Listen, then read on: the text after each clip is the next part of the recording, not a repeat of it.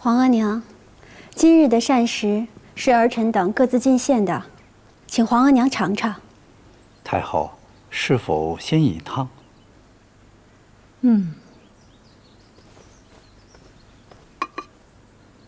太后，这是青主儿进献的火腿鸡汤。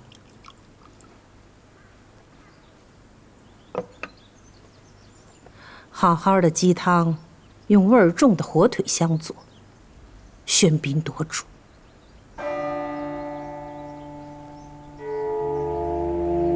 臣妾只是想用鲜味儿令太后开胃，没想到访了太后用膳，是臣妾的过失。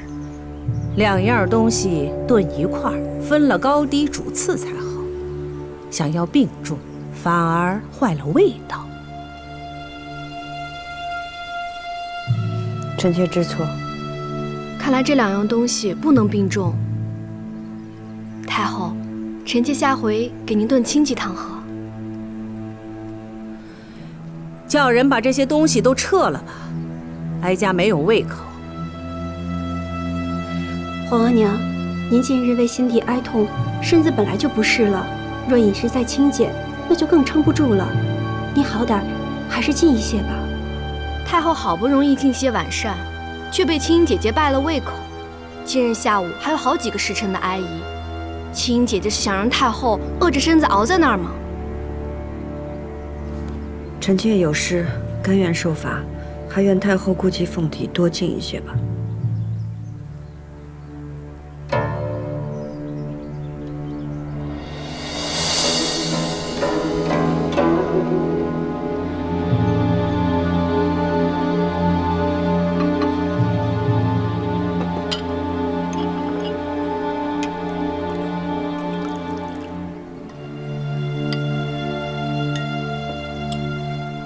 皇额娘，民以食为天，米为食之主，就是因为米是最养人的。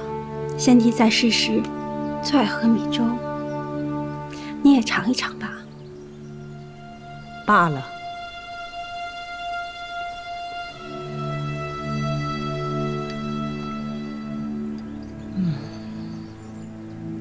说来呀，这一饮一食能有多大讲究啊？无非是审时度势，不要自作聪明罢了。儿臣明白。起来吧。臣妾谢太后。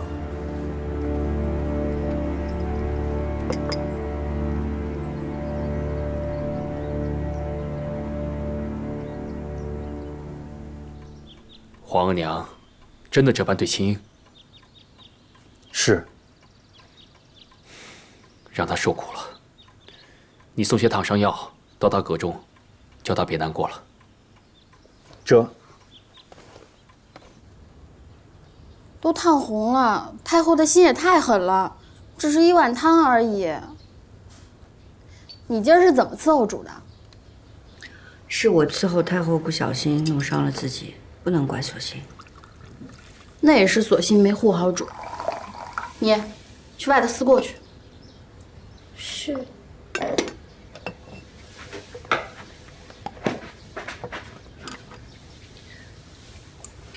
阿若，索性是前邸里从了新字辈的大丫头，你说话也得留意些，别总是颐指气使的。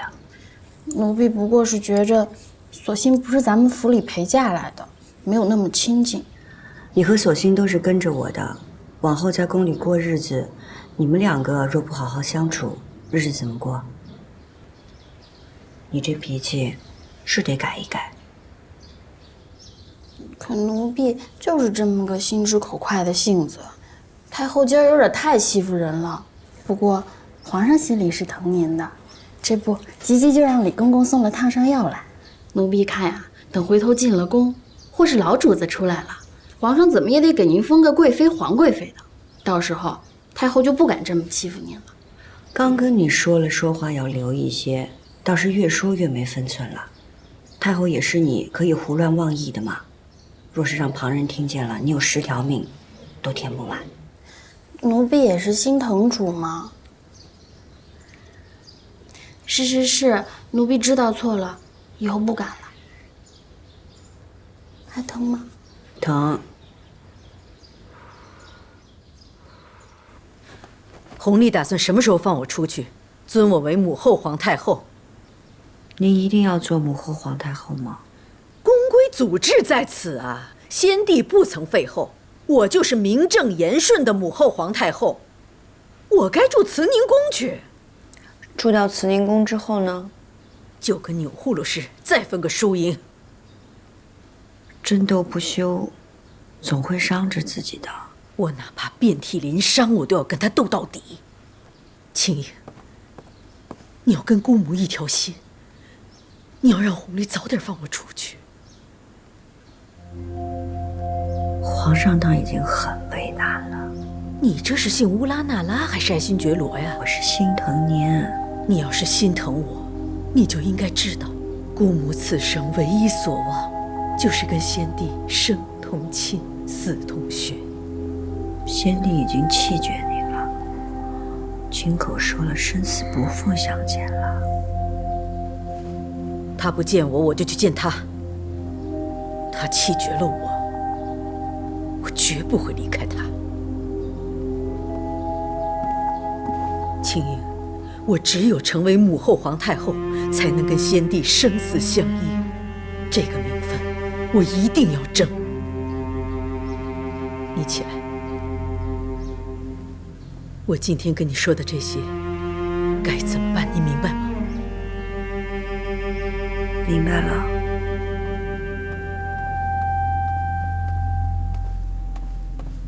皇上，金主儿来了。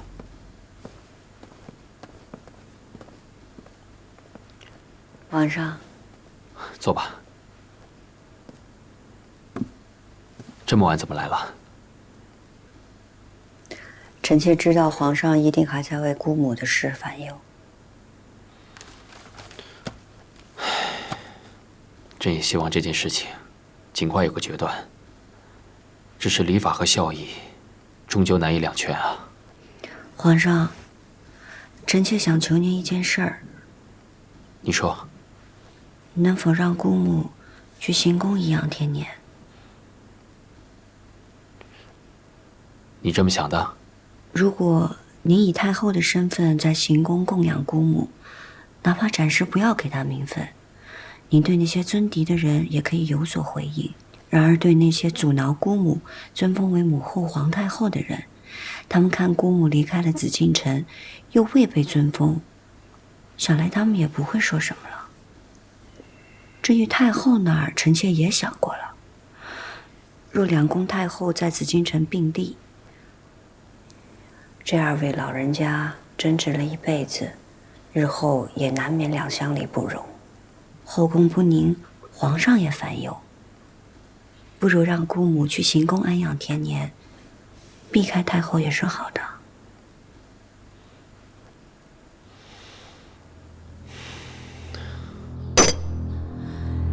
你说皇帝已经暗中安排人去行宫排布事宜了？是，清福晋才离开养心殿，皇上就派人去了行宫收拾殿阁，亦应按太后安养布置。荒谬！难道皇帝真要乌拉那拉氏为母后皇太后吗？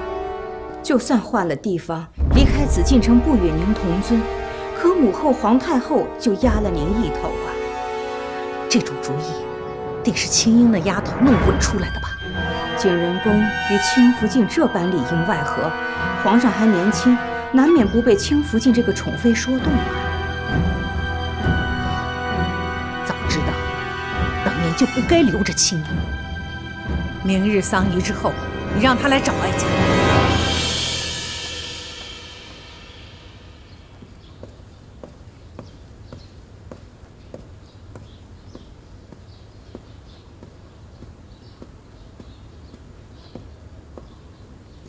臣妾给太后请安。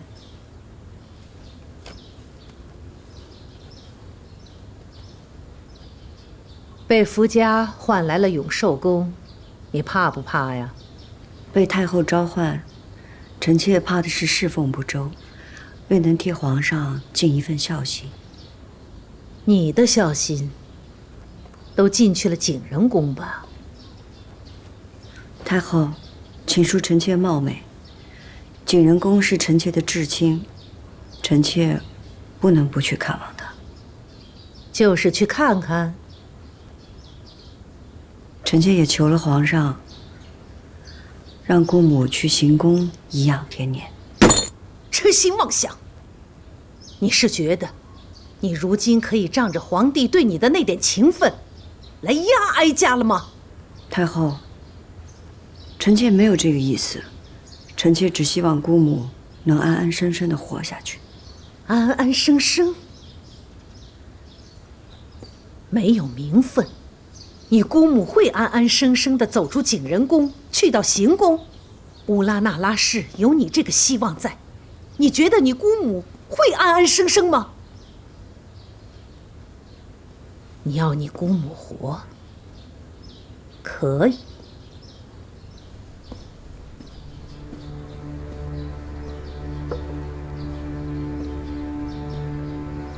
除非他没了你这个倚仗，哀家倒可以给他一条活路。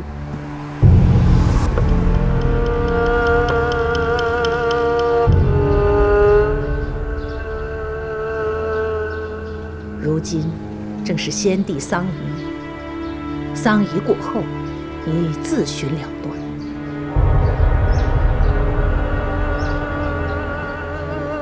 你不求哀家开恩饶恕？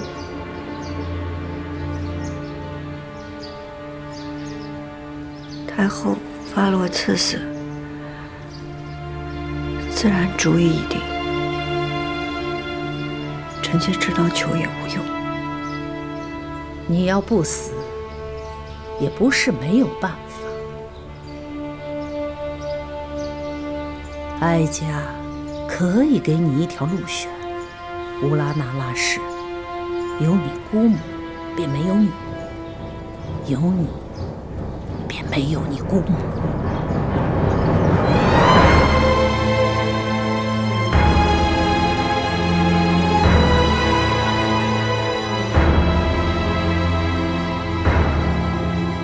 若是臣妾死了，您可否圆姑母和先帝合葬的心愿？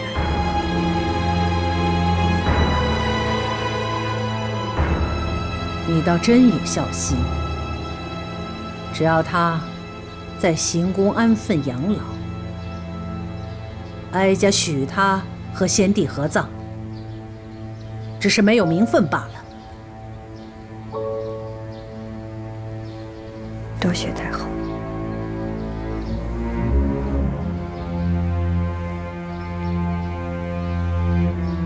不过，皇帝若是知道你今日与哀家所言，你姑母便会和你一样，活不得。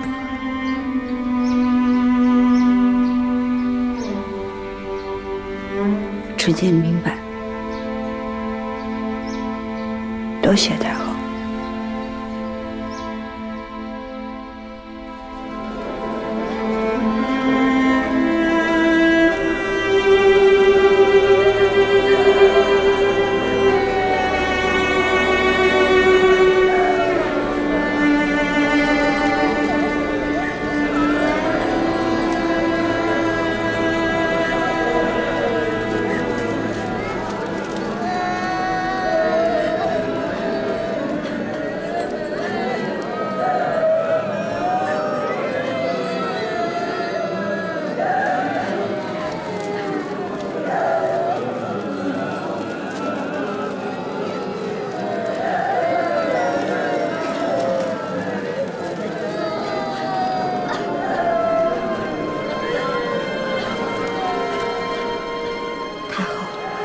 庆如大约是去了养心殿了，他该不会说出什么来？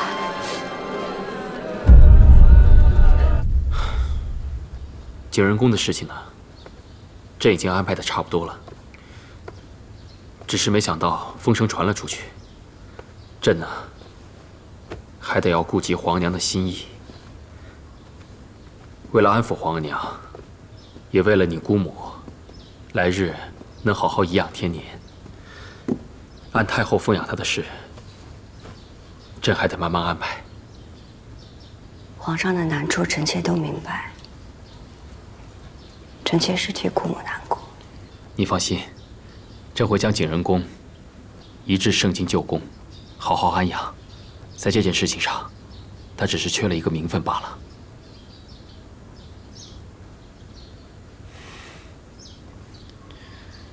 后妃与君王失和，吃苦的肯定是他们自己。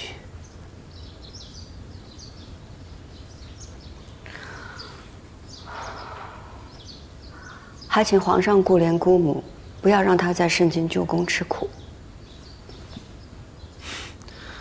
瞧你这话说的，你放心，朕呐，每一次去圣经，都会带你去探望她，平时也会派人多多伺候她。臣妾多谢皇上。你要谢啊，就别嘴上说说。朕惦着你的暗香汤呢，什么时候给朕再做一碗？梅花都没开呢，怎么做暗香汤？朕知道你喜欢梅花，秋天过了就是冬天，会开很多梅花，到时候多做几碗给朕喝。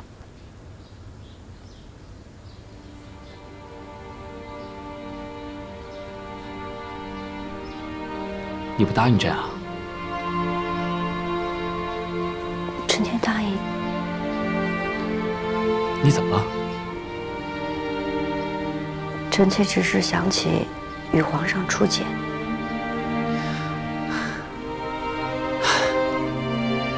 当日咱们一起听了一出墙头马上。墙头马上遥相顾，一见知君即断肠。朕记得，景，你和朕是年少情谊，虽然没有成为嫡父间，但你和朕的情谊是谁也比不了的，知道吗？臣妾明白。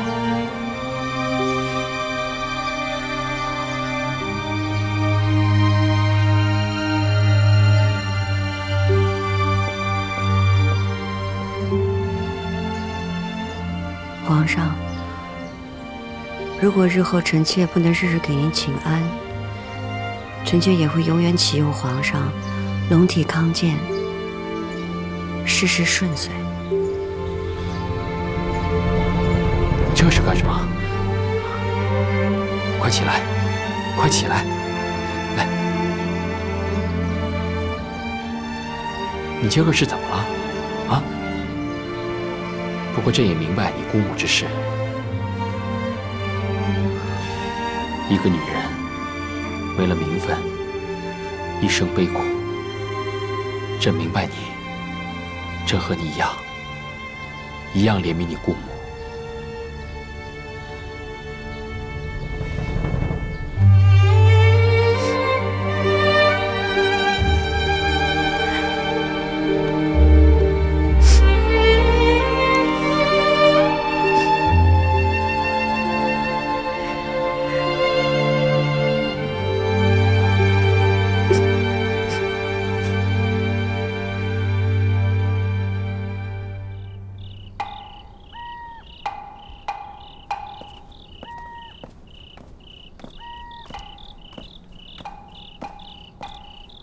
主，老主子真的没指望了吗？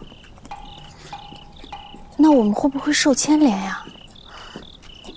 主不该去的，万一这要是被太后娘娘知道了，可就麻烦了。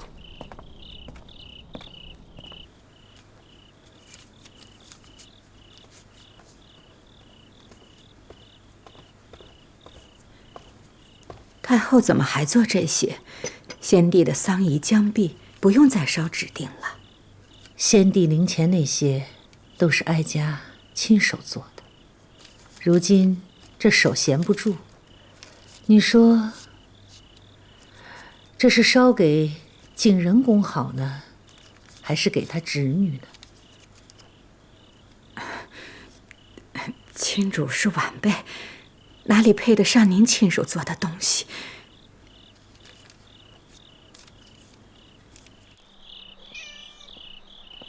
青主来了。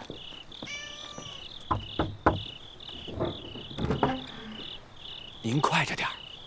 主儿，你在这儿候着。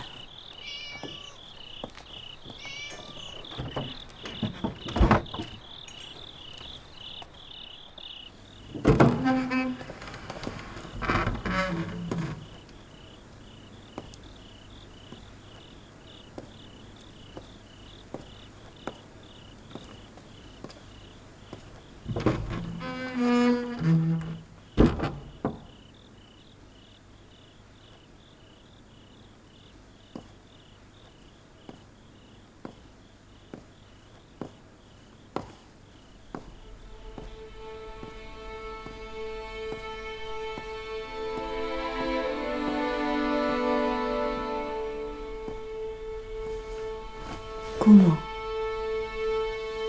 起来吧，我正要传你呢。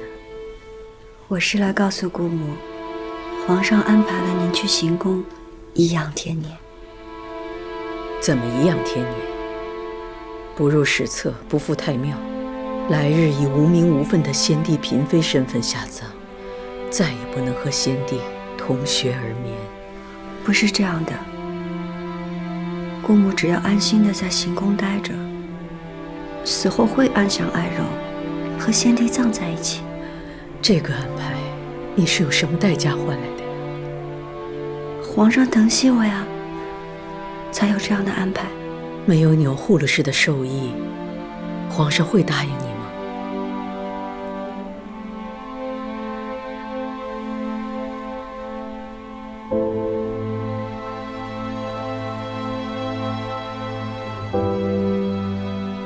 他一定也让你选择。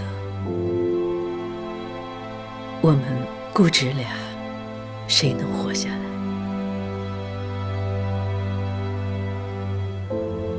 太后也来找您了。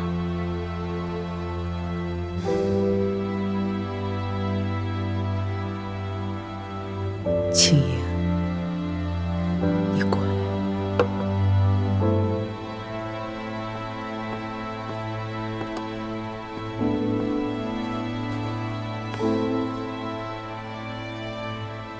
姑母知道你的性子，你必然会护着我，你会舍去自己的性命，保住我的名分。可是钮祜禄氏从来就是要我死，你死了有什么用？再说你死了，你心爱的弘历会放过我吗？啊，会让我翻身吗？就算他顾及到我是你的姑母，可我是堂堂大清的皇后，我怎么能够在钮祜禄氏的鼻息下没名没分、苟延残喘？姑母必须得死，他才会让你活下去，你才能够延续乌拉那拉氏的荣耀。姑母，你已经有了皇上的眷顾，你是乌拉那拉氏唯一的指望，你要得宠，你要做皇后。可是姑母，我从未妄求皇后之位，我只想跟皇上恩爱长久。你心里有弘历对吧？难道不想跟他生同寝，死同穴吗？你只有成了他的皇后，才能跟他生死不离呀。可是富察氏是一个好福晋，她将来也会是一个好皇后。庸庸碌碌，没有心气，乌拉那拉氏怎么就出了你这样一个女子？姑母，姑母，你怎么了？佛上，佛上，你怎么了？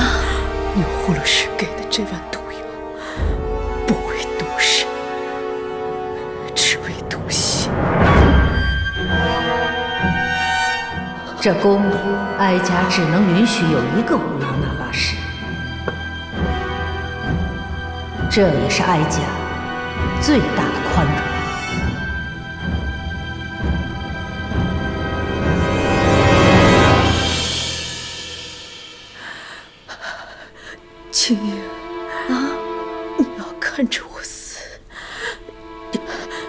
证明我不是卑鄙自裁，而是有份报比，怪不得任何人。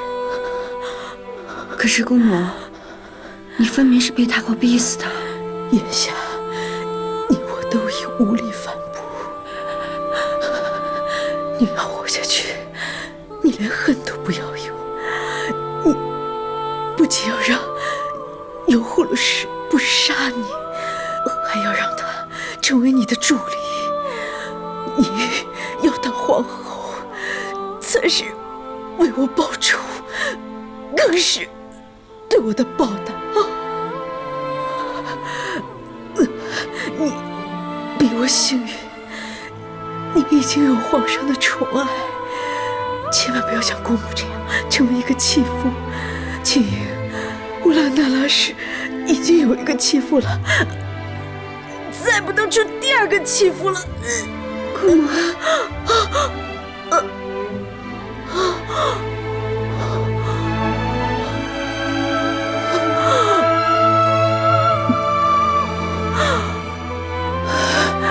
那一年，先帝封我为皇后，那是我最好的时光，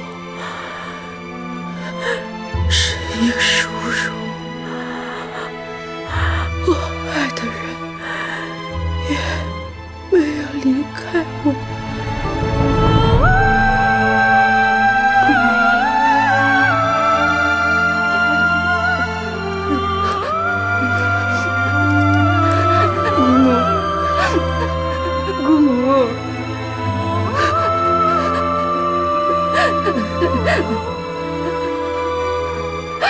姑母，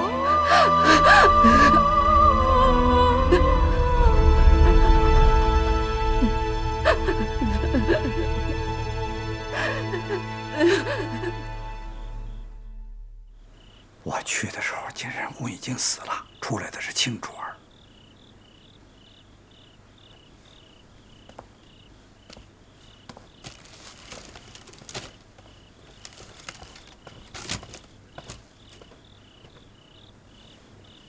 太后，出来的是青主。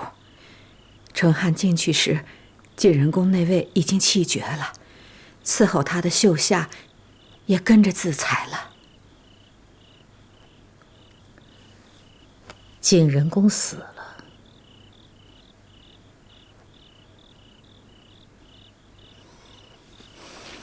那青英，暂时让他活着吧。那景仁宫那位，是不是密不发丧？哀家明日去见皇帝，与他商议。回皇上的话，待丧仪一毕，太后将迁居慈宁宫，太妃们迁居寿康宫，东西六宫会立刻拾掇出来，供嫔妃们居住。回禀皇上，景仁公过身了。什么？是青卓儿所言，报的是暴毙。真是暴毙。青卓儿是亲眼瞧着景仁公过身的。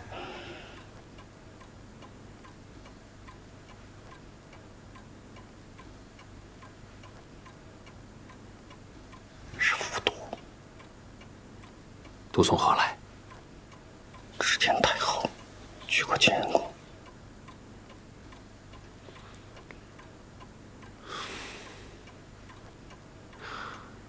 让人去照顾景仁公的身后事。今儿个夜深了，明天一早，请青卓过来。这。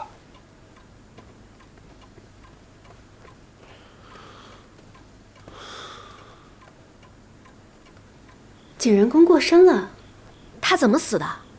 王卿支支吾吾的，也说不太明白，只说皇上也很惊诧于景仁公骤然离世。王卿不敢说，才见景仁公死得蹊跷。不过不管怎么说，死了便好了。景仁公活着就是个祸害。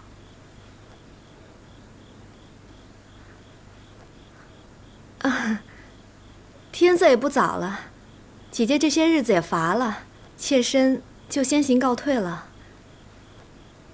莲心，送侧福晋。是。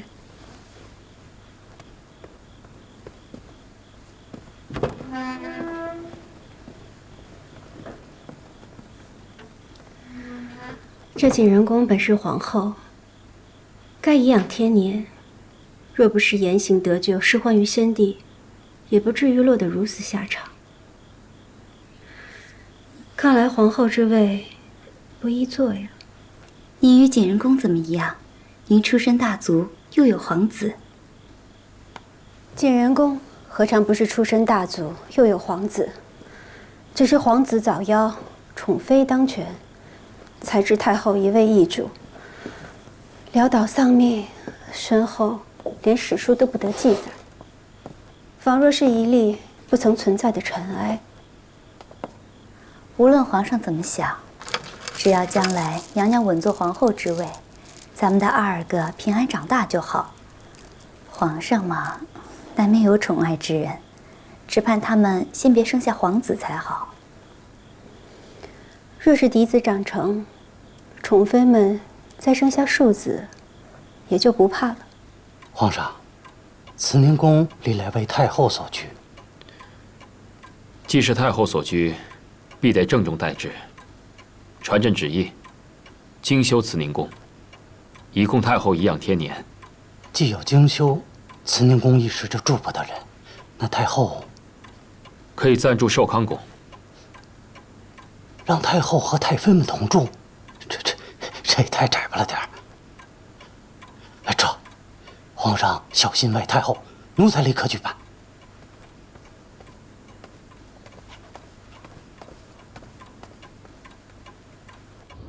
主儿，您为了老主子都哭了一夜了，现在要去见皇上，您好歹得打起点精神来啊！景仁宫过身了，皇帝知道了吧？是。秦英派人来禀过，说景仁宫是忧愤暴毙。忧愤暴毙？如何暴毙？不是自裁？秦英是景仁宫的侄女，所言应该不虚。那无论如何，景仁宫身份尴尬，他的丧仪，皇帝打算如何处置啊？虽无尊封，但先帝到底是未曾废后，景仁宫又因为皇阿玛驾崩而伤心暴毙，儿子打算以皇后之礼将其安葬。既无尊封，就不能以皇后之礼下葬，也不能与先帝同葬，才是先帝所言的死生不复相见。皇上，郑廷玉求见。让他进来。这。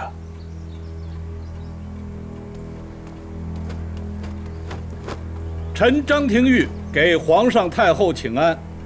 何事啊？皇上，臣闻听景仁宫暴毙崩逝，特来觐见皇上。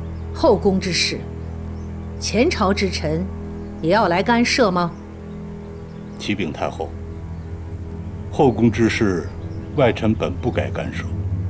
然而，景仁宫是否尊封，已得朝野关注，已属国事。既然是国事，臣就不得不问。尊封之事，尘埃落定，景仁宫已暴毙，事情已了。尊封之事才出，景仁宫便暴毙身亡。皇上，其中曲折实在是令人遐思，臣请皇上一定要细查此事。历来帝王驾崩，后宫总有人伤心离世。景仁宫过世，有什么可遐思的？但是这次过身的毕竟是大清曾经的皇后，哪怕先帝与景仁宫多年不睦，哪怕先帝曾言此生不复相见，就算是没了尊位，景仁宫也不该不明不白的暴毙呀！怎么叫不明不白？张大人此言难道是对哀家有疑？总还有张大人愿意为老主子说话。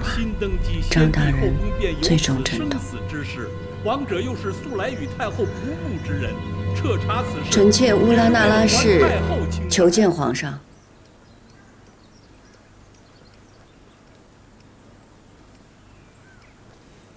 进来吧。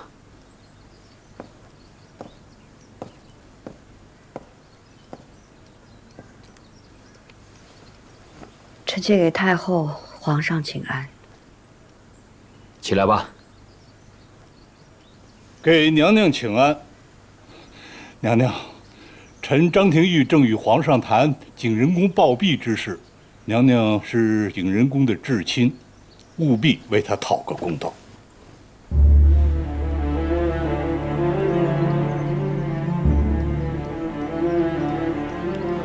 秦英啊，景仁宫和皇额娘都是你的至亲长辈，你出言必得谨慎。是。张大人，我因姑母去世，悲痛万分。可公道二字，却不知道张大人从何提起。姑母进足景仁宫，悲愤交加，抱病多年。因先帝驾崩，姑母过分忧心，而居然离世。当时我侍奉在榻前，亲眼看着姑母驾鹤西去的。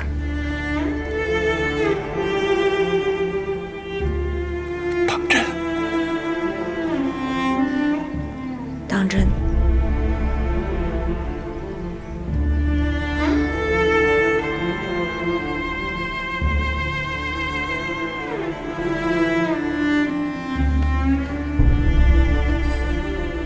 太后、皇上，姑母过身，确是因为太在意和先帝的情分。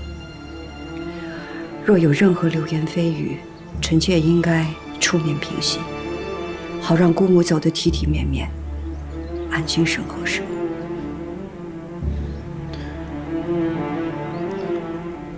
皇娘，那景仁宫的丧仪，还是得办得体面些。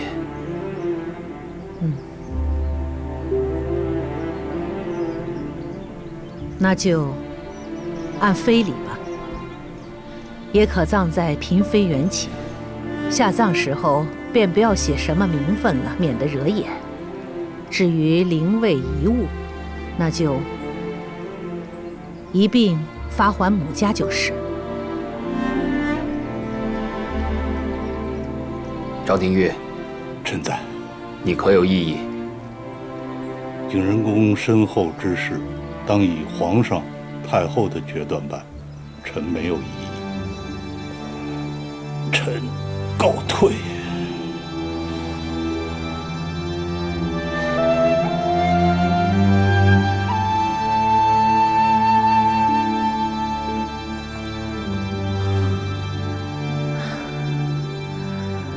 皇帝国事繁忙，哀家回去了。儿子恭送皇额娘。恭送太后。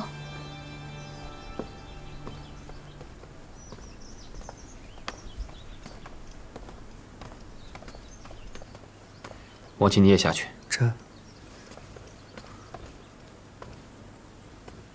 秦英，此刻只有你与朕，你告诉朕，景仁宫是怎么过身的？皇上，臣妾方才说的都是真的。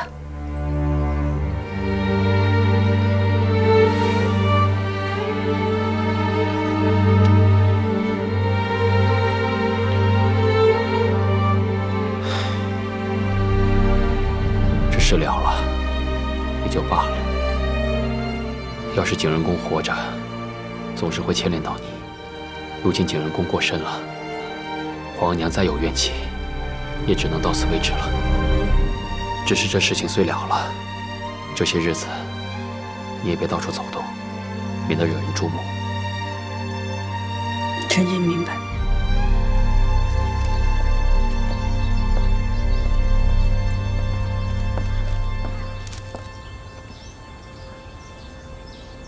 太后，您放心，青竹也是个聪明人。